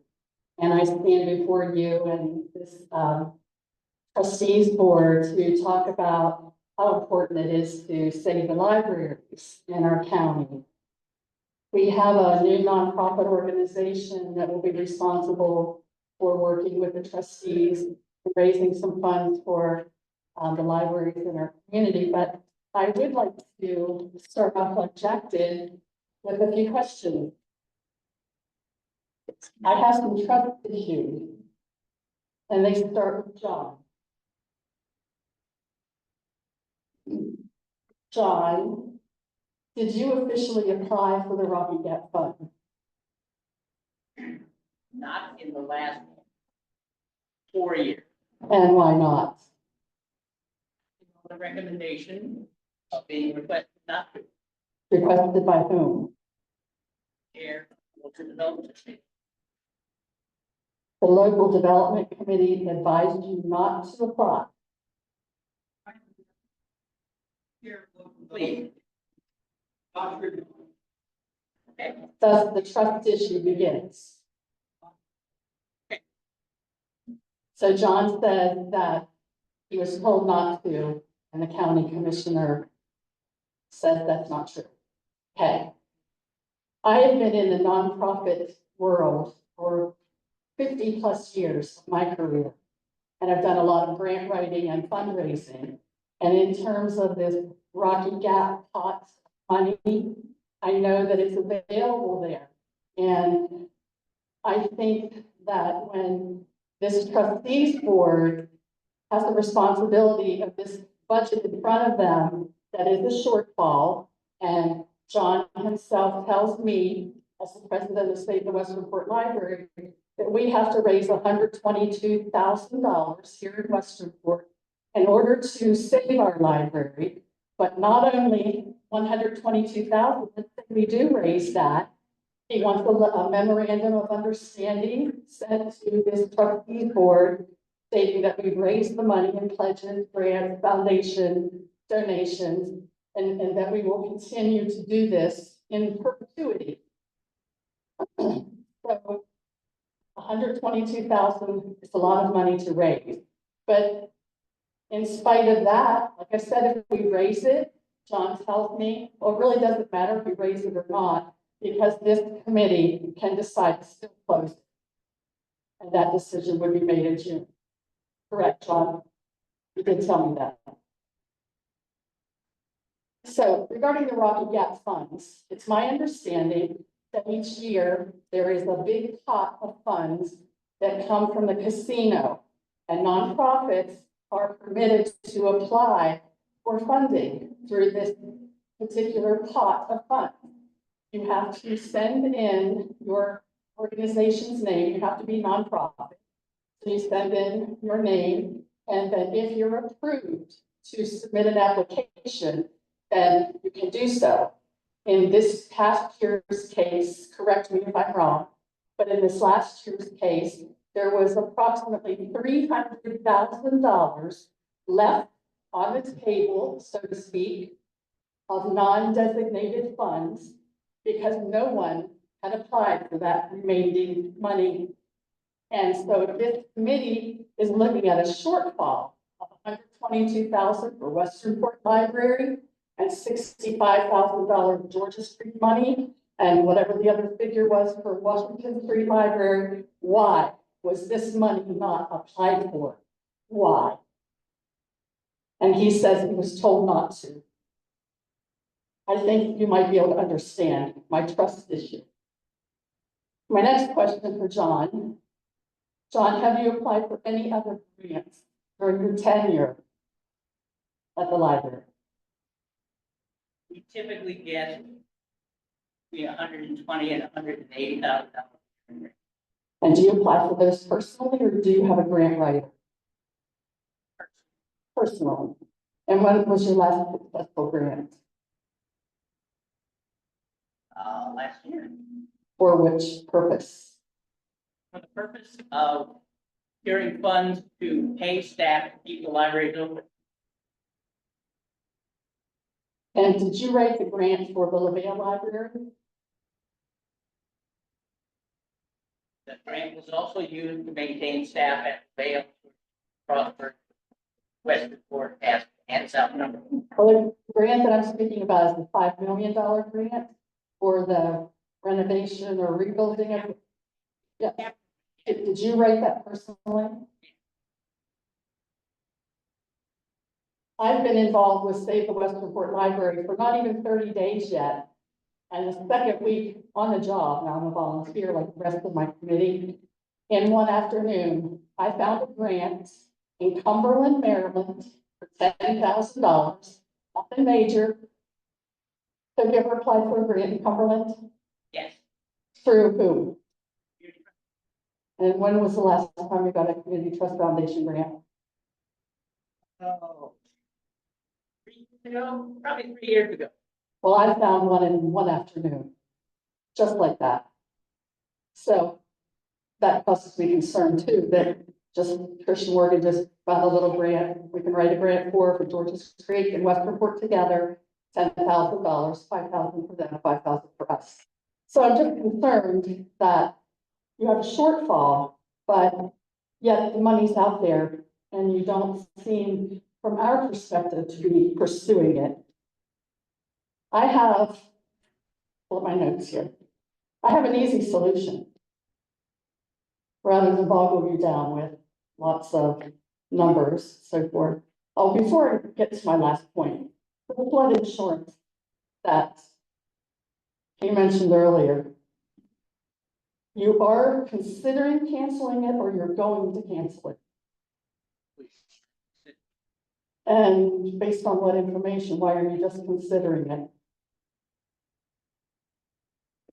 We are considering it in the hopes that those funds could be better used to keep the building open. So rather than spending $16,000 for flood insurance for a library to stay in business under your nonprofit, at least till June 30, you're opting about the possibility of not having insurance on one of your buildings. One policy, strictly an additional flood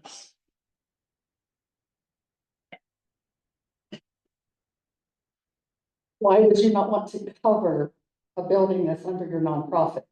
Why would you want to open yourself up to, God forbid, something happened? Do you think that's responsible? It is certainly not a desirable choice. But it is a much better choice than having to close.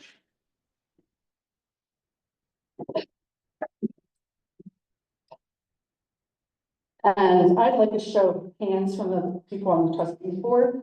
How many of you knew we requested your consideration of moving the meeting to 6 p.m.?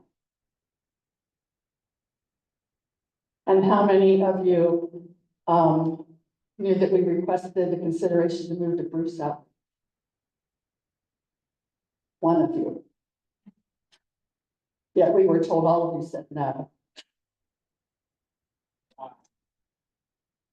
I checked with the chair of the board of trustees and we made a decision. You said you asked everybody and they just said they weren't. You stated that you told everybody. I polled them on the, And so you didn't ask everybody. polled them on the time. And when the time was not correct, when we decided to stick with our 4 p.m. time as we have it scheduled, I then went to the board chair and asked about moving it. And you said no. Two of you said no to Bruce Outreach. Correct. It was, yeah, we decided. I was wrong, though, you got crazy here a little bit with law. Investigate. Well, I have a simple solution. Take the raise request out of the budget and keep our libraries open. It all comes out in the end. Cost of living raise, that's nice. We don't like to have that. But we're in a shortfall. We're asking people in our communities to raise tens and thousands of dollars when the executive director is not writing grants to cover the shortfall.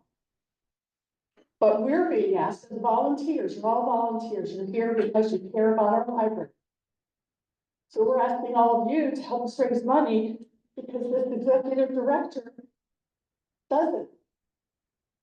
Take the raises out, take the raise requests out, keep our libraries open. That's all we want. Thank you for your time.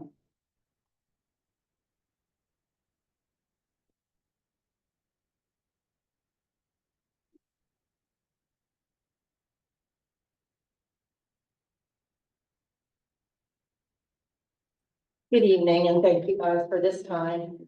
I can make the same statements over and over that the people here have made tonight. Jack, I think, presented a wonderful documentary on both towns as to why they need our library. I think the most impactful thing that has been said to me, and I'd like to share a story that somebody told me with talking to our citizens about our library. A young girl used to go to the library every evening after school. She told me it was a safe haven for her. She didn't have to go home because her home life was so terrible. The librarian there formed a relationship with this individual and made sure that when Kenny's Market was open, that student could go down and get something to eat before going home, because the student would stay there late into the evening because, once again, it was a safe haven. And I know that many of our students do that. They go there. I was a social worker in town, Georges Creek and Westernport, and many of our individuals went there because their heat was turned off. They had no air conditioning. While they were there, of course, they enjoyed the resources of the library, but they went there because it met a personal need in their life. And we have lost so much at this end of the county. It just seems like every time we turn around, Westernport, Barton, Luke, they lose something. And we're honestly tired of losing it. We pay taxes the same as every person in Allegheny County, and we deserve to have the libraries as well. I just wanted to take a minute. I was asked to share from some of the younger people what they feel about the library. So just to read a few, the students say, I love my library because They have lots of different genres of books and styles for people. They have more things than other than books. They have movies, games, and activities for the public library. I love my library because we can get cool books. You just have to rent them for like 3 weeks. They have games, days, activities, and fun things during the summer. I love my library because it has so many activities for all ages. It's more than just a library. It's my favorite place in my town. The staff are kind. They have movies, books, games, programs, and way more. The staff somehow convinced my mom to get me a dog. This library is the best. I love my library because it helps people apply for a job and gives free internet. If you are doing a report, you can get books to help you. I love my library because the people working there are super nice. The library has been there for so long, why take it away? My favorite event they do is popcorn, movie, and juice night. Please don't take that away. What about the kids that need to study and have nothing? I love my library and I don't want to see it go. I love my library. It helps me with my reading and it helps the people in the hospital and it's so nice to be there. I love my library and I never want it to go away. It helps a lot of people who don't know how to read. I love my library because I like to rent the movies and chill. And I go there to do events and the workers are so nice. I love my library because people need it for school and it brings people together. I don't think anyone has said it more clearly than what our children have said. So please keep our library.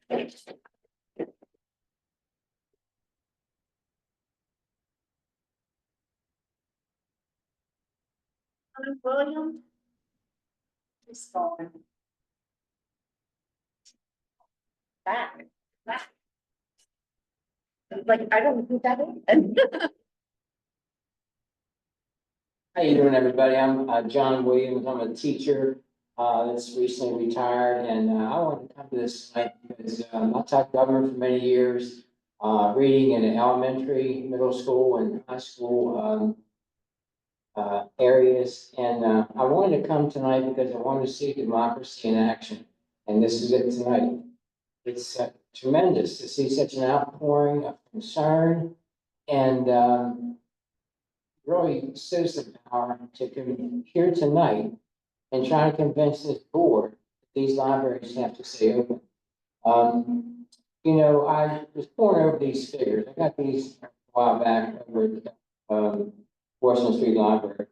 And am I right, am I correct in my interpretation that you guys roughly are $348,000 going into the next year? Is that correct?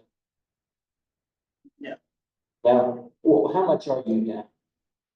We are requesting an additional $159,000 from the county to maintain and operate all 6 locations. So 160,000 roughly. Well, the point was made, maybe you wrote this statement, I'm not sure, but the point was that, when you ask all these people here to come up with $122,000 through fundraisers and donations and that sort of thing, I think that's a big ask. I really do, because, why can't the government provide Allegheny County? And I'll tell you, there's kinds of numbers there, like you have your statement, you said that this is not a sustainable thing if you have to be down that kind of money every single year. I'll tell you what you could do to raise this money. You could get on the, contact the representatives, Mike McKay's one, and Jason Buck was another one. And you could contact those guys and say, listen, we want you to put together a bill, craft a bill, so that you can fund these libraries for like a 10-year period, and then come back and revisit it again. Because I know whenever they were doing the Western Railroad, they got a grant for 10 years.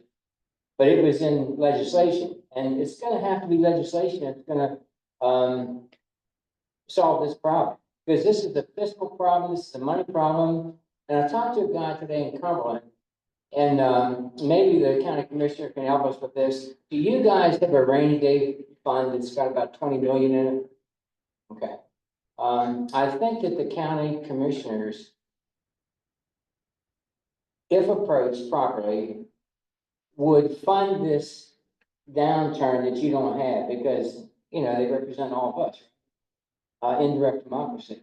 This is direct democracy here. We're hearing from all these people. Indirect is we have a representatives that represent us. But I would say, and how in the world Maryland got $3 billion short in their budget? I can't understand this. I mean, what they're doing with Doge and find out what the federal government did. We need a Doge in the state of Maryland to find out where that $3 billion, right?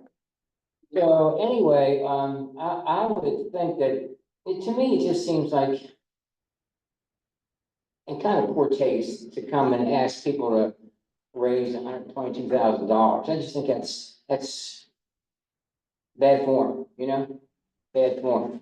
And these libraries around here, you know, the reading scores for about the last 5 or 6 years have been in the toilet. And the reason is because kids don't read like they used to read, you know, because, and if you take these libraries away, the opportunity they might have to experience Mark Twain, Charles Dickens, Jack London, Call the Wild, Les Mis, Victor Hugo, all these tremendous opportunities they have to like experience another part of the world, just through the turn pages in a book. I mean, it's incredible.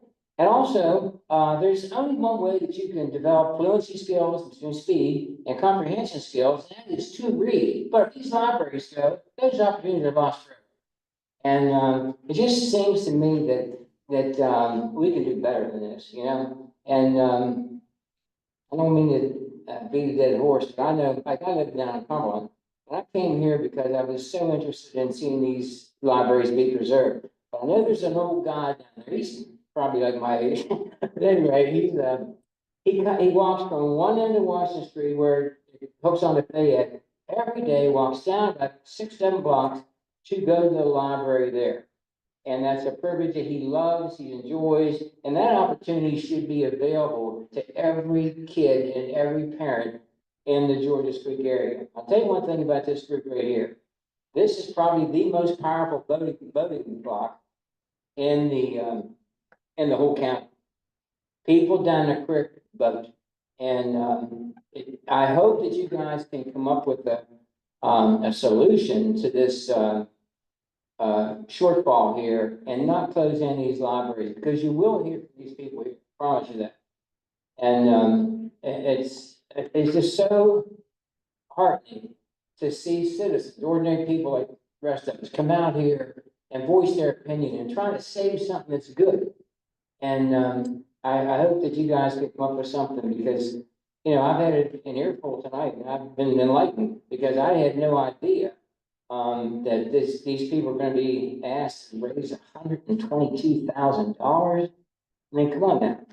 And the one lady just spoke here, she found $10,000 in an afternoon. And, you know, I hope you guys can do the right thing, keep these libraries open and serve the citizens of this part of the county. That's all. Thank you.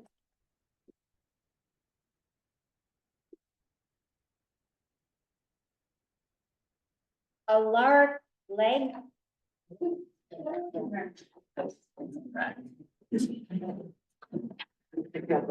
Hawaii. I'm right back. Oh, Laura, right? Oh,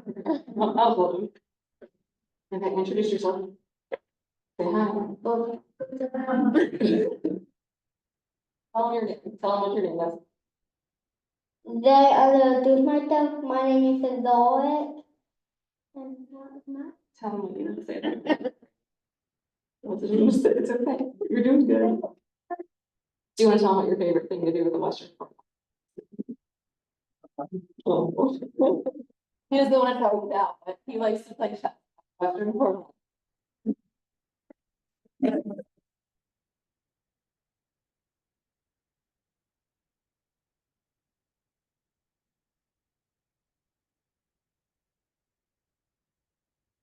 Sandy, I don't know how you can follow that. I can't, because that's hard. I work with kindergarten, so that's my heart. 28 years kindergarten. And first I want to say, I think it's great we had this meeting. I don't think this place, and not because it's a Western board, that's not what I'm meaning. It's because it's not conducive for parking, for seating, for people to get here. Have it at 5:30 or 6. Make it known that where it's gonna be. Frostburg Library is a horrible place to have it. Not because it's not a nice library, I go there. There's no parking and you have to walk. If we have somebody who's handicapped, they're not gonna be able to go there. Why wouldn't we have it at the high school? We have Mountain Ridge, that serves our whole community. I'm sure if we approached the Board of Education, they would let us use their auditorium, or, I mean, it's worth considering. I mean, everyone here doesn't want to lose our library. And raising money, I've done that. I'm 72 years old. I've worked for this library committee, Georgia's Promotion Council. It's a lot of work. We're not getting any younger folks here. So we've got a lot of steps to take. But I think that maybe looking at salaries, please don't talk to me about raises. You don't want to know what I make. And I do things you probably wouldn't have to do, you know, being with kids. But I think we should look at that. You know, one year we got a small raise and they raised our insurance. So did it balance out? No. No, we made less than we made the year before. It's just life. Do I want to see anybody lose a job? No. Then divide up the hours between all the libraries. Give them all the same amount of time. If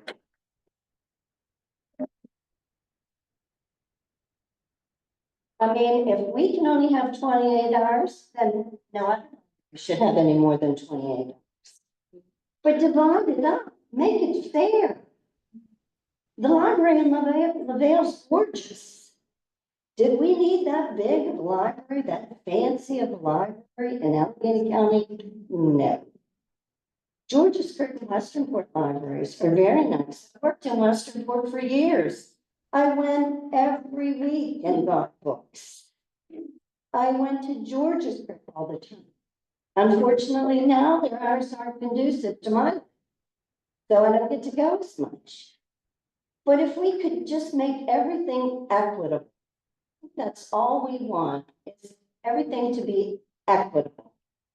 And as far as, I wanted to apologize to the board if you felt you were attacked, but I've always been told, if you can't take the heat, then stay out of the kitchen. So if you can't take it, then get out. Well, you know. Because we aren't here to insult you. We just want to know why always the crick. And we're not degenerates. Believe me, we don't have to have a security guard in our libraries. Maybe the one in South Carolina should, you know? I don't even know where it is. Is it, which road is it on out there? Seymour Street. Okay, I'll have to ride after and see where. Is it as nice as the two libraries on the grid? Comparable? It's actually nice, it is. Okay. But if we don't need security to keep people safe in our library, and they do, maybe that's one we should look at a little more seriously than the two on the grid. And we don't even have police protection. Okay, but we do have wear and carry, so beware. But anyway, I guess the thing that I want to say the most is, and I said this at the last meeting, please think about these little people. And you say we need to get people to the library. I live like to get them to take their kids' stuff out of their book bags. Even when we give them a free book. This is all we have to offer. It's all we have to offer these kids. And we can't say, oh, they're a drug addict, or they're this, or they're that. They didn't ask to be that. It's a sickness. And we have to help any way we can. And if helping means keeping our libraries, then you all help us do that. Help us support these children. Don't let them fall through the cracks. That has happened to too many people over the years. And we can do something about it. So please, I don't want to see anybody lose a job. Maybe we may need to look at how much administration we have. Maybe there's too much there. Maybe we just do away with the raises this year. There have been years I haven't gotten a raise. It's called life.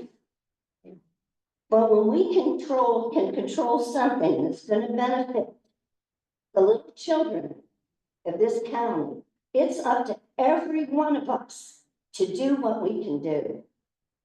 Every one of us, not your neighbor, and you'll get involved next week, everyone. And more people will, if we can have a meeting, I think, where it's easier for them to get to. Because where I park my car, I don't know. I'm going to get it back out. It's really squeezed in there. But anyway, I thank you for coming. Please don't be offended. Don't feel that you were attacked. I'm sure it wasn't meant as an attack. We just want facts. And we want to make our decisions of what we need to do based on what we're hearing. Thank you.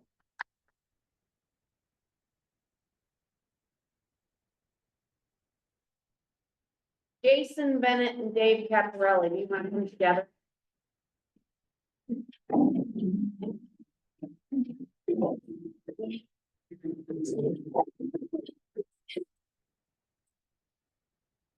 Thank you for having us. We're going to give our time to Jack, but I think the credits are rolling. We've heard a lot of people tonight. We have concerns just as you do. But we also feel there are other ways that we can make cuts to keep these institutions open. I wish we could have had some of these discussions before hearing about closed libraries on the radio and other news outlets. Unfortunately, we're so many years under the thumb of the state government. So much of our budget is based on what we get for the state or what we don't get from the state. Particularly, I think in the past couple of years, we have tried to work harder to get ahead, and there were state mandates coming down every year, and probably more coming this year. So it all rolls downhill because they're not making the necessary cuts at the top, and they're rolling it down to a lot of the counties. In cases, it looks like in the next couple of years. We had some of the same potential questions as some of the other speakers here this evening. Can there be more done for fundraising? What additional grants can be looked into? We spoke with some of the local municipalities about how could we potentially use more volunteers, maybe somehow convert some of the local libraries almost into community centers and have a partnership going forward. How can we make it work together? I think you see a lot of volunteers out here this evening, potentially. Get everybody's name and you have to give one night. How's that sound? But any assistance, the one gentleman from County said, they want to give assistance also. So how can we work together to get to this point? And also one other thing that we want to mention, we try to be as helpful and as generous as we can at everybody. There have been multiple years that a lot of our agencies have got increases. Well, this was one year that didn't happen. However, we're still funding in excess of FY23 for the library. So, factoring in many of the increases over the years, we asked for a small cut. We're just asking the library to do what all the other agencies have done. Whether it was Allegheny College, HRBC, everybody went through the same thing. Now, a few years ago, we had a surplus. We didn't hear any of this then. But, this was a particular year that we're looking to try and work together with all of our agencies and keep moving forward without losing service. Thank you for having us today.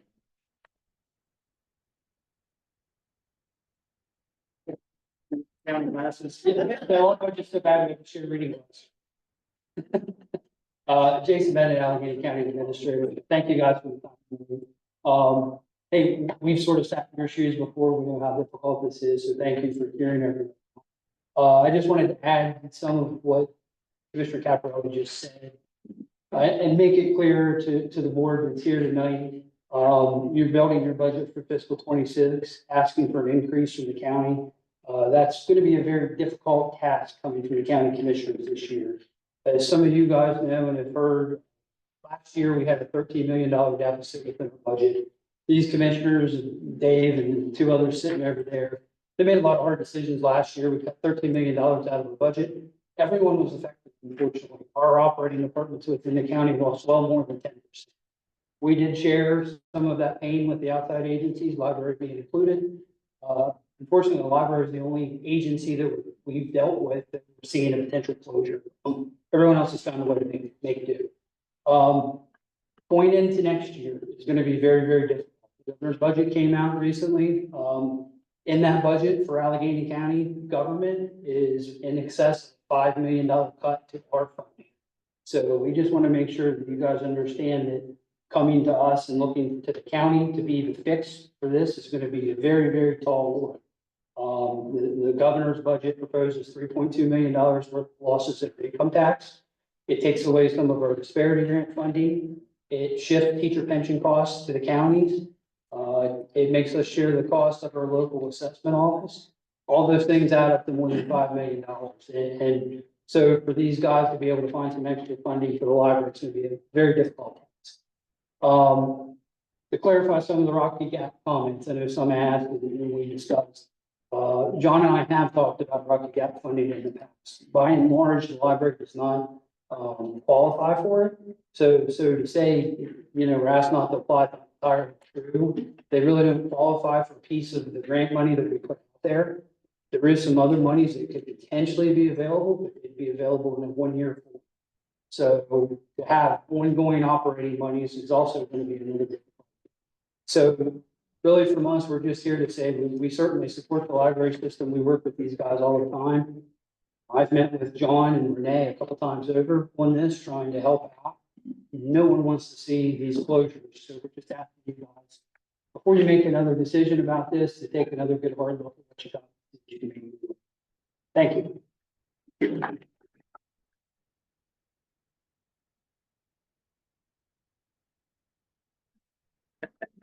All right. Great. Well, thank you all very much again. Want to say? Oh, very good.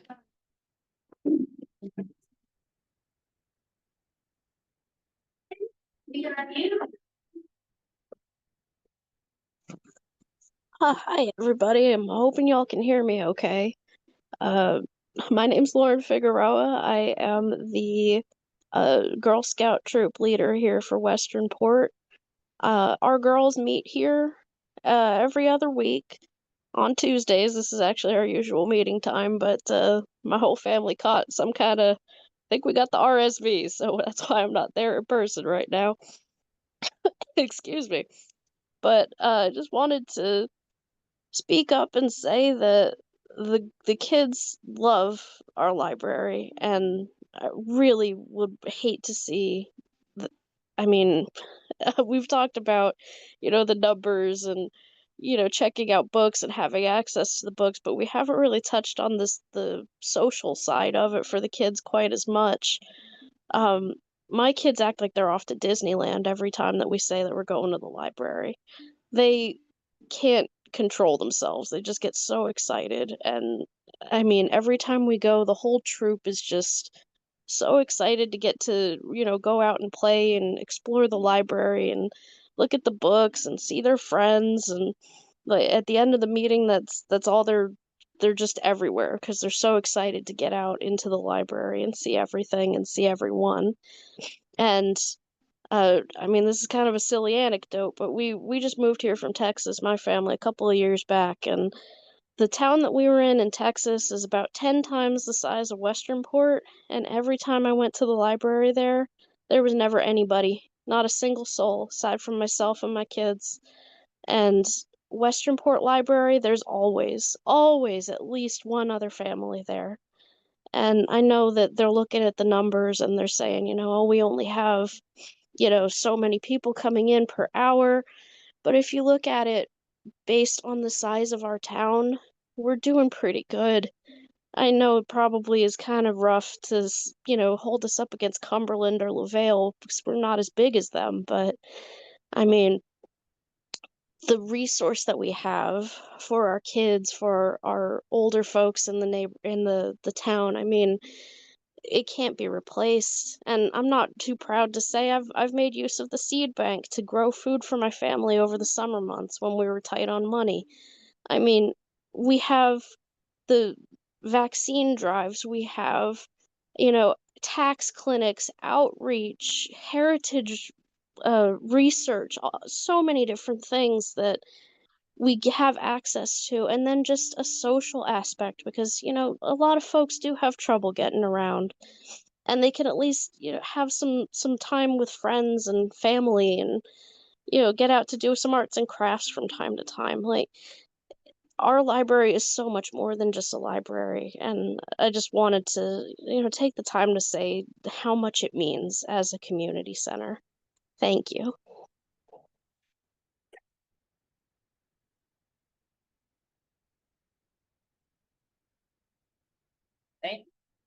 Can I ask one question? How many click-ins is Westernport going to get for tonight, for the people that showed up for the meeting? I got about 120, it was 118 for the. Thank you. Thank you.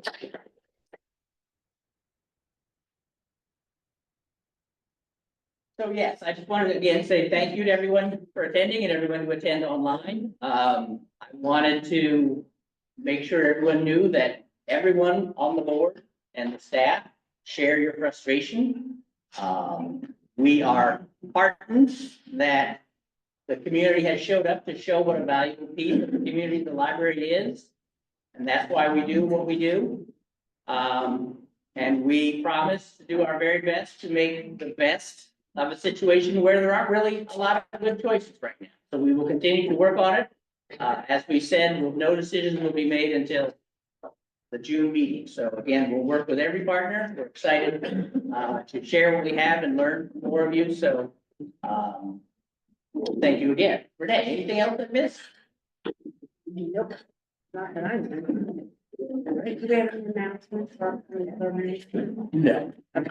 We have Thank you all.